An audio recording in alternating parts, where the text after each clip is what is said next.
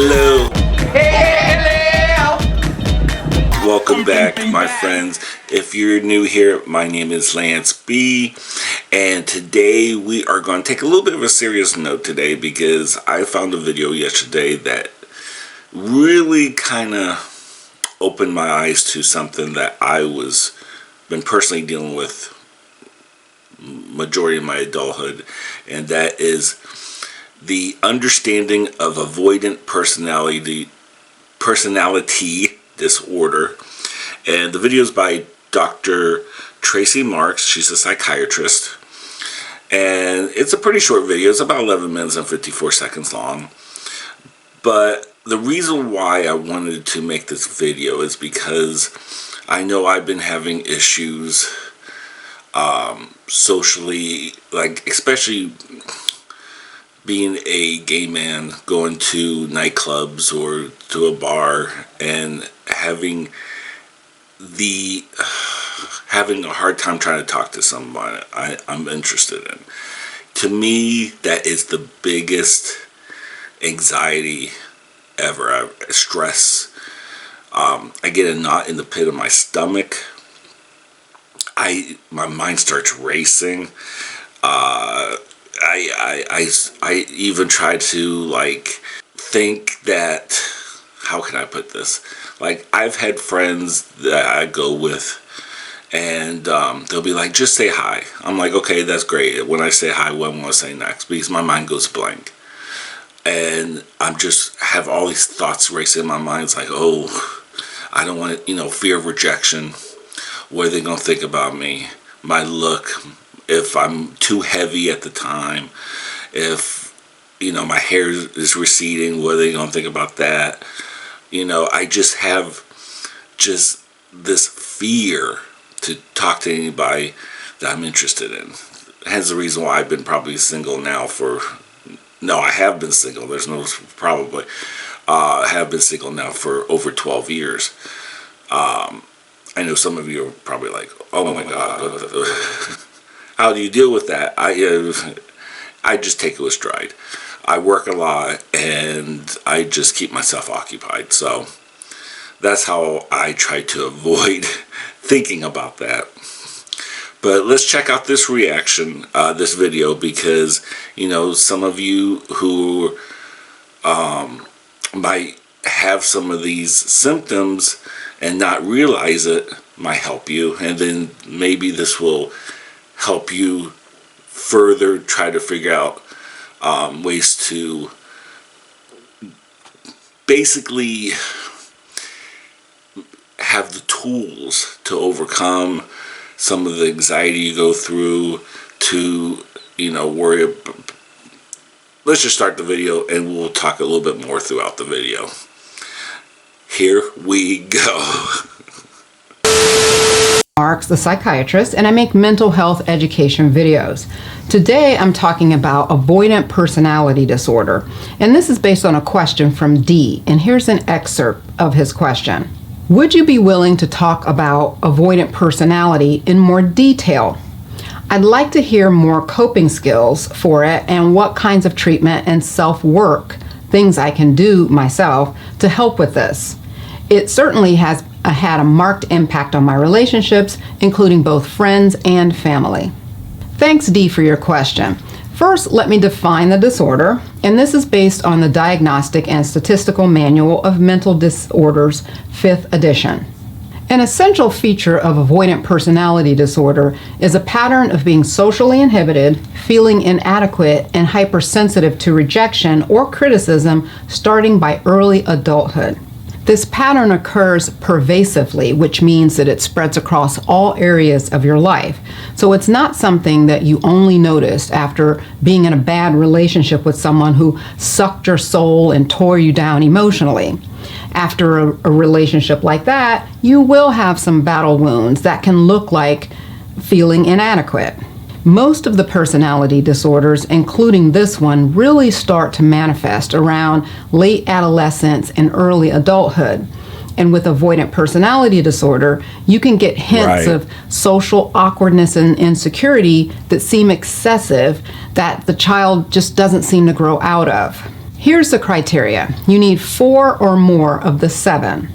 Number 1, avoids occupational activities that involve significant interpersonal contact because of fears of criticism, disapproval, or rejection.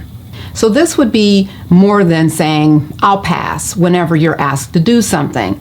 Your fear of criticism is so strong that you risk being demoted or getting negative evaluations because you're not following through on things that you're expected to do.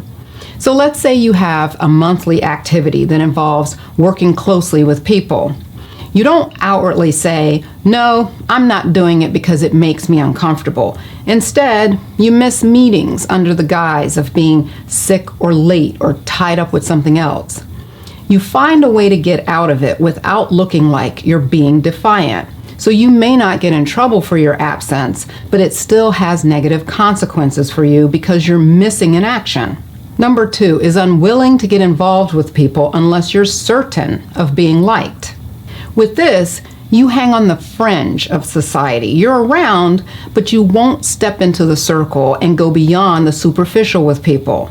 Since you're trying to get reassurance that the person likes you first, you end up relying on vibes and intangible body language cues to know whether or not the person likes you. I do that. And this thought process of making assumptions about what someone thinks is important because it ties into how to overcome these assumptions. Number 3, shows restraint within intimate relationships because of fear of being shamed or ridiculed. In relationships, you keep people at an arm's distance emotionally, and this can look like being afraid to talk about deep things, so you just don't. But a more subtle way you can do this is working all the time or staying too busy. And this isn't entirely conscious, meaning you don't set this up as a strategy to avoid intimacy. Because at a deeper level, you want intimacy, but it's uncomfortable because of these fears you have, so you gravitate toward work and staying busy because that's where you're most comfortable. You tell yourself and the person that you have the relationship with that you can't control your busyness. Number 4 is preoccupy with being criticized or rejected in social situations. Usually your fixation on this is enough to keep you out of social situations, but if you do go out, you're very uncomfortable because of worrying about what others think of you. This is how avoidant personality disorder can look like social anxiety. I talk about social anxiety in this video, and I'll have a link to this video in the description. Number 5 is inhibited in new interpersonal situations because of feelings of inadequacy. This can look like shyness. You don't speak much around people, or you feel uptight and can't loosen up. And to make things easier on yourself, you just avoid dealing with unfamiliar people if you can help it. But if you can't help it, your inhibitions may make you look awkward. You may stutter or not really say what you mean because you're overthinking how you say it or how the person's going to take it. And this is just an example of how this can look. Number 6, views self as socially inept, personally unappealing, or inferior to others. You can get to this point if you try and push through your fears and inhibitions and force the social interactions. In other words, you can mount your own evidence to prove this point by reflecting back on your experience. So for example, some people get so anxious that they sweat or choke up when they talk to people. Or let's say you're in a small group because you're worrying about what people think, you draw blanks during the conversation and don't know what to say or say the wrong thing that doesn't make any sense. Can you then see how you could draw your own conclusion that you're socially inept? Number 7 is unusually reluctant to take personal risks or to engage in any new activities because they may prove embarrassing. This may look like the 38-year-old person who wants so much to find a partner and get married, but can't bring himself to ask out this woman who's sending obvious signals that she's interested. It's the lowest hanging fruit that he'll ever have, and he just can't reach for it. He already knows it will turn into a disaster that he won't be able to recover from emotionally. Many people waste time managing anxiety and depression with breathing techniques, countless hours in counseling, and are searching for the one. There is a lot of overlap between social anxiety disorder and avoidant personality disorder. However, with social anxiety, the fear and anxiety is limited to social interactions, and you realize that your fears are unreasonable at some level, but you're still anxious about it. And you can still have close personal relationships. But with avoidant personality, there's a deep belief that there's something wrong with you, and because of that, you hyper-focus on subtle cues that people are rejecting or criticizing of you. The threshold for seeing something as critical is very low, meaning it doesn't take much for you to feel insulted or hurt by someone's remarks. Your reaction to this is just to stay away and avoid dealing with people in any way that you can. Now, rejection sensitivity is not unique to avoidant personality disorder. There are other types of people and personalities that are sensitive to criticism. For example, a person with a more aggressive personality style may respond to perceived criticism by attacking others first. Stick it to other people before they stick it to you. That person is not avoiding interactions. They stay in the game and they just fight their way through. But you see the difference there? I just use that example to illustrate that no one likes criticism, and not everyone who is sensitive to criticism or rejection responds to it in an avoidant way. With avoidant personality, the avoidance is about avoiding relationships and closeness because of feeling inadequate and fearing rejection or criticism in some form. The treatment for this is cognitive therapy. There may be some behavioral exercises that a therapist can help set up for you, but generally the approach is addressing your distorted beliefs about yourself. I talk about cognitive distortions in this video. I think it would be hard to adequately address this from a self-help approach because you need someone to help you identify some of your distorted thoughts. But you may get by talking through some of your thoughts with a trusted friend. So let's summarize some of the common beliefs that you can have with avoidant personality disorder. You are inadequate. People disapprove of you and want to criticize you. If someone gets to know you, they won't like you, so you can't expose yourself to them. Your feelings aren't safe around others because they will mock you. These are a starting place for you. If you can identify with these, then write them down. Then, to add more of your own thoughts, think about situations that have caused problems for you, like the examples that I gave with work and needing to interact with small groups and things like that. Have you had trouble at work because of your assumptions about what people are thinking? Take an inventory of your relationships. Do you have close friends? Do you have a romantic partner? Most people with avoidant personality disorder are deeply lonely, but they lack the desire to do the things that it takes to get close to someone because of how uncomfortable it makes them feel. So part of getting past that is being resolved to deal with the discomfort to get to the end goal. That means you should expect the process to be hard and you'll have to keep going at it.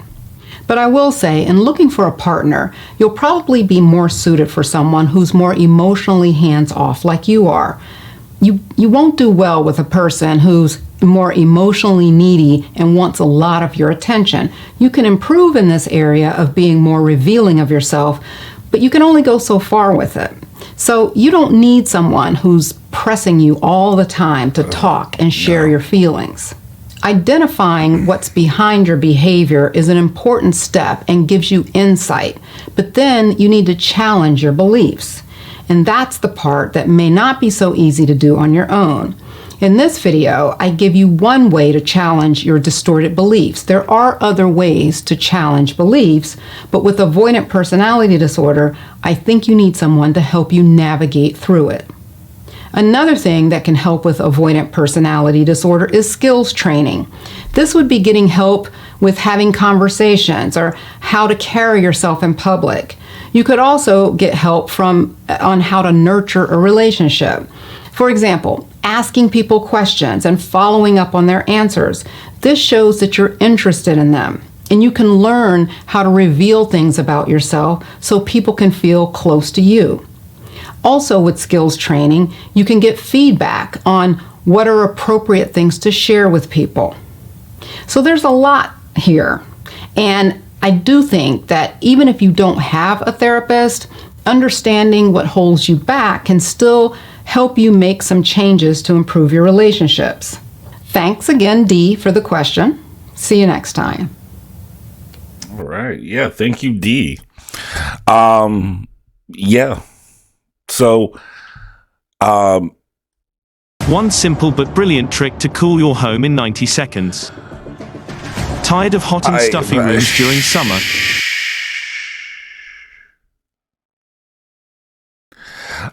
Yeah. So, hopefully, if some of you out there have how can I put this? Notice that you have some of these traits and stuff like this. Hopefully this video can help you and to the next step. I know I saw a lot of me in this because, like I said, like if it work situations was never a big deal for me because I kind of put that in a different categories. I'm making money. And I kind of put myself out of that mindset of rejection, stuff like that, because I'm just like, I worked in the food industry. I worked in customer service and stuff like that. So I never really had issues at work. It's always personal, always personal. Always like if someone I was interested in, that was the biggest hurdle for me. And the couple relationships I did have in the past were either, just, once in a while type of thing, kind of hook up once in a while. Or one was, I think he was like super needy and super just up my ass. If I want someone up my ass, I'll buy a butt plug. So that was not a good scenario for me. Another one was abusive. So after all that,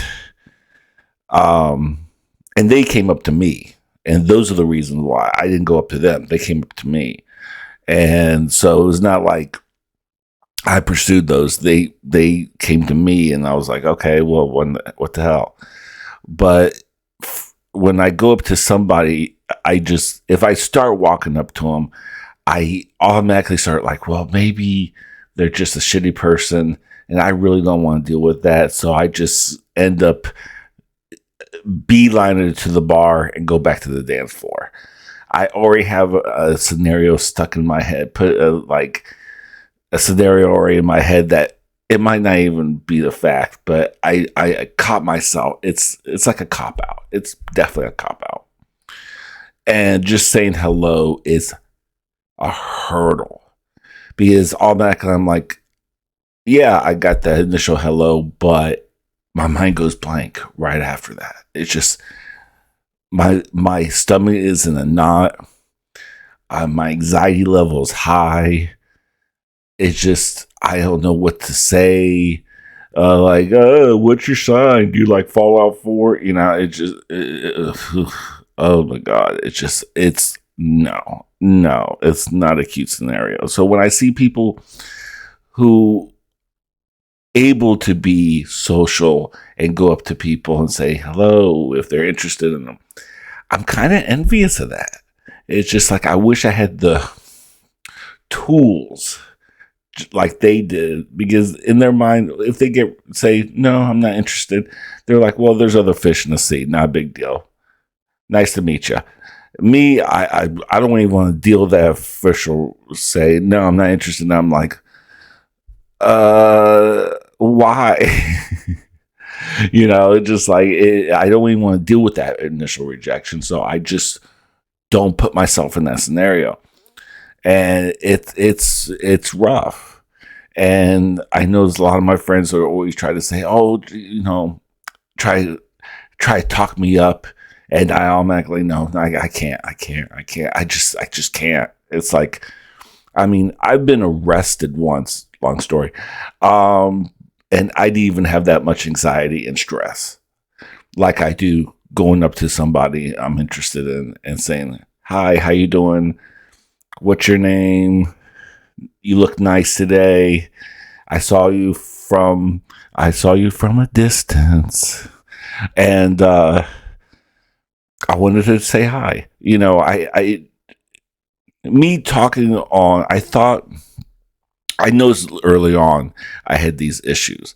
So when in college, I took acting classes to think that would be kind of therapeutic for me.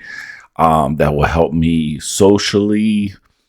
And it helped me socially in other areas, but not in the dating scene. So the last few years when I started my YouTube, right before I started my YouTube channel, I noticed I started to regress back into that, really to that fear of being social with someone. And so I started my YouTube channel because it's one thing to talk to a camera because, you know, that's just a different scenario. I just don't think of it like this camera is going to reject me. So, and plus I thought it might be kind of therapeutic too, to have my channel. And you might think that's kind of crazy because the internet's pretty toxic when it wants to be. Yeah, I know. I've read some of my comments. I've gone mostly 85% positive, and you get that, you know, that 40% negative. Okay, I'm not good with math. I didn't say I'm a mathematician. I don't know what the other was, that 25, 15%. I didn't say I was a mathematician. So, you know, and I just kind of like, whatever. They don't know who I am. They don't know me from a can of paint. So I don't really take it to heart. But face to face, it's tough. But other than that, the internet can be pretty bad, but I don't put myself into the mindset of like falling to pieces. You have to have a thick skin to be on the internet, especially on YouTube. But yeah, if you're a pretty social person, you're watching this, and you have a family member or a friend, or you have dated someone, or you're currently dating someone that you see these kind of traits, maybe you could give you a perspective of where they're coming from, and you never understood it before, and now you can say, oh, okay, I can see where they're coming from now. Kind of change your perspective, like put yourself into their shoes. If you have these kind of traits, hopefully this video will help you, and you can make the next steps to help you in your journey. So yeah, that's the reason why I want to do this video, because I thought this was a very important video, because I know I saw this and I was like, wow, what a gift from heaven. I saw this. I was like, because I had no idea. I just thought didn't have the tools. You know, my parents failed me, or, you know, you don't get a handbook in life. You really don't. It's not like there's a handbook. So I thought this might, you know, this truly opened my eyes of what I've been dealing with. And if you're on this channel, it kind of gives you a little window of a little bit about me, and maybe this could help you. So leave it down in the comments down below if you have any thoughts, or just to say, you know, hey, I feel like this too, you know. And plus, of course, hit that comment, hit the notification, all that good stuff. But yeah, I hope this helps you or helps someone that you know. And other than that, y'all take care of each other. Good vibes to all of you. And bye.